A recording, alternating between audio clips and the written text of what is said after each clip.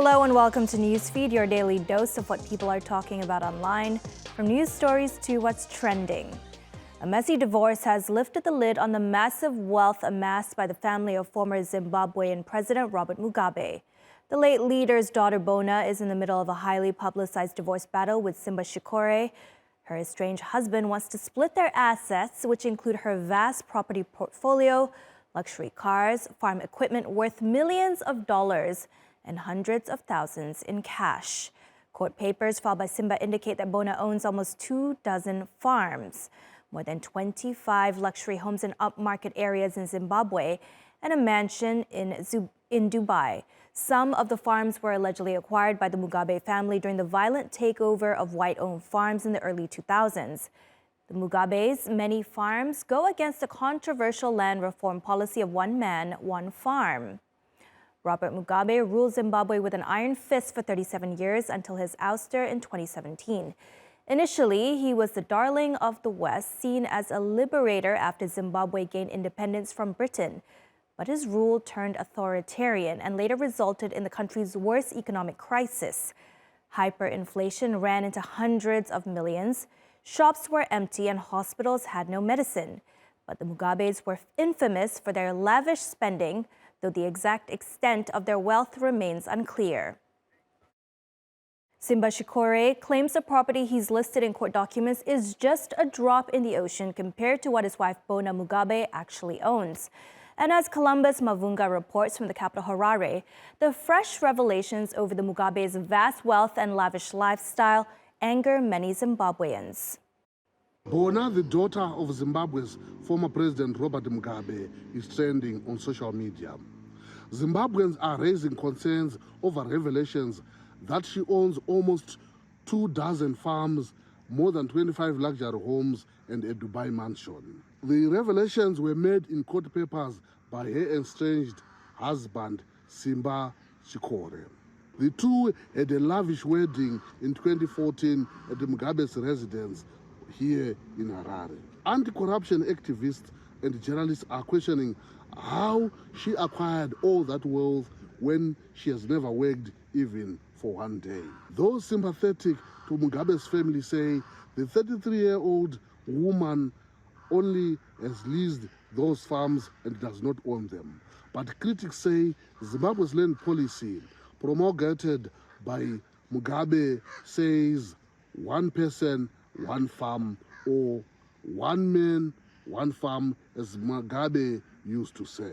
They are also worried that the Zimbabwe Anti-Corruption Commission has not commented on the issue. The revelations highlight the disparity between the former first family and ordinary Zimbabweans who are wallowing in poverty.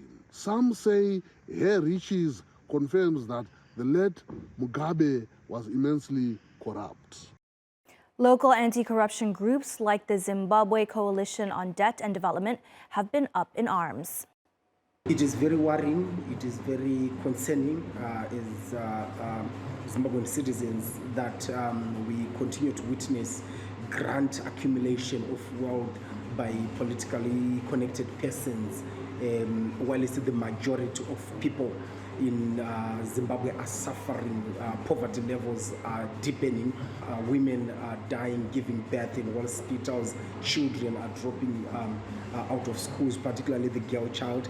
And this level of mass accumulation of wealth is quite appalling. And the big question is whether these politically connected persons are paying their fair share of taxes for these properties that we are beginning to see.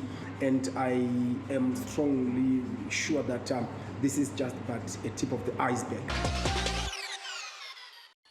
Okay, trigger warning, our next story is quite disturbing, but it's an incident that shouldn't be swept under the rug.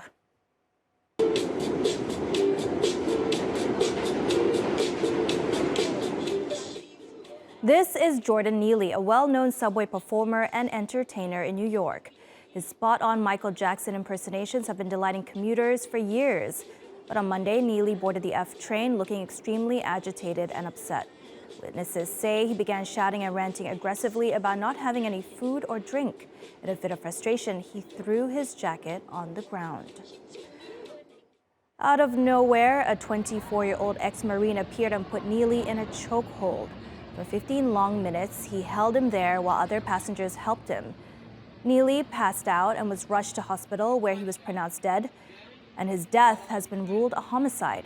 Police took the ex-Marine who put him into a chokehold into custody, but they later released him without any charges. The investigation into this horrifying incident is ongoing. These 4 people watched as someone was murdered for begging for help. None of their names have been released, but we do know this is a former Marine who held Jordan Neely in a chokehold till he stopped breathing. This man helped hold him down. This guy over here continues to touch the body as Jordan struggles for his life. A journalist who rode the train said that there was no reason to believe that Jordan was about to become violent. Jordan has experienced mental health issues and homelessness on and off since he was 18 years old. His mother was also strangled to death at the hands of another person. Her boyfriend was convicted and is serving 30 years in prison. Neely had also been arrested by the NYPD 42 times. But regardless of his past, New York City Comptroller Brad Lander believes that no one should be killed by a vigilante, especially someone struggling with mental illness. Alexandria Ocasio-Cortez, a congressional representative for New York's 14th district, also weighed in on the issue, calling it disgusting. She described it as the killing of a homeless man while the murderer is being protected by the system. Many echoed her words by saying he's been let down by the city's social safety net, just like countless others, and he was murdered because of his mental illness. Jordan Neely!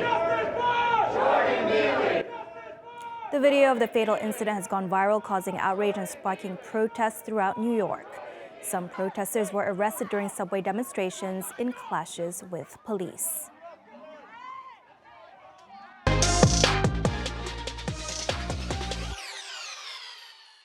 All right, just last week, we were discussing the future of Microsoft's acquisition of Call of Duty maker Activision Blizzard.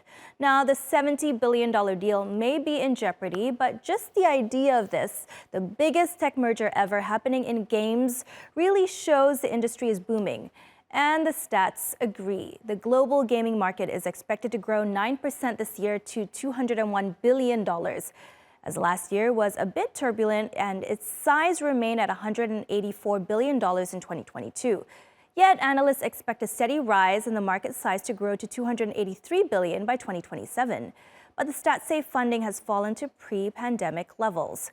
And here in Turkey, the gaming sector has surged 60% year on year, reaching $424.7 million in investments. And Istanbul became the second city with the most gaming deals closed in Europe, right after London. We discussed this with the Deputy General Manager of Turkey's Ministry of Industry and Technology. The global gaming market is growing. Currently, in this market, the animation sector is around $400 million globally, and the gaming sector is around $200 million. Turkey's capacity is around 1.3 million. The gaming sector has a potential to reach $400 million by the 2030s. The growth of sectors like cloud computing, metaverse, and animation in countries with young populations like Turkey would mean the growth of the gaming sector too. It's no surprise that the younger generation is super into gaming and wants to make games for a living. Sari reports on what the next generation of game development in Turkey might look like.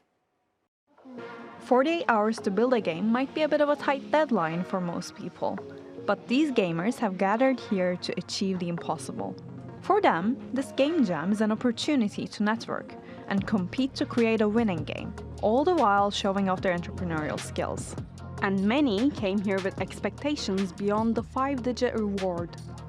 To be honest, as a woman, I think it's really important to take our place in this industry. Many imagine a sector that caters to men and where women aren't at the forefront when they hear about the gaming industry. My expectation here is to create a network of like-minded people with similar goals and to broaden my horizon. The Enhancer Gaming Hackathon is bringing 150 Turkish and Syrian gaming enthusiasts together in Istanbul. It's part of a wider project targeting entrepreneurs. This project is funded by European Union and we are implementing together with the Minister of Industry and Technology to create jobs in Turkey for the citizens of Turkey as well as Syrians who are under temporary protection. Our overall goal is to support economic development. Up-and-coming sectors like gaming are the latest hits of the Turkish economy. The main reason we selected the gaming sector is the potential Turkey has for entrepreneurship and the dynamism of our young population. Turkey is very adaptive to new technologies. It's a country that embraces changes in technology and builds on top of those changes. Actually, the interest of our young population was what drew our attention to this sector. The interest was indeed there. Although the event had an age limit, this didn't stop aspiring developers from showing up. I'm 15 and I really like making games. I met one of the most experienced developers I've ever seen in my life. So yeah, I want to develop games and become like a very good game company manager or a game company CEO. That's my dream. I want to achieve a very good network to start up my startup or to build network basically, because I came from a different country and have to socially network in Turkey. And these fresh developers were not alone in the weekend-long affair. Mentors guided them throughout the event and provided opportunities for them to network with industry leaders in Istanbul. The Enhancer project promotes inclusion and integration by providing a space for entrepreneurship. And this event celebrates creativity, innovation, and the power of gaming to bring people together. Gaming is, I think it's a common language. You don't need a language to play games. It's kind of like an instinct. That's why I think it has a great potential to overcome prejudgments and also to build empathy for different cultures. In a way, it's an important beginning, first of all, to understand each other and to develop the culture of producing together.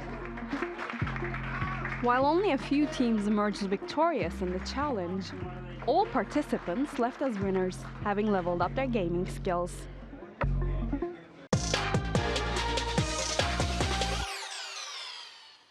All right, on to something that's trending, and I really didn't see it coming. The Super Mario movie has become one of the biggest hits of 2023.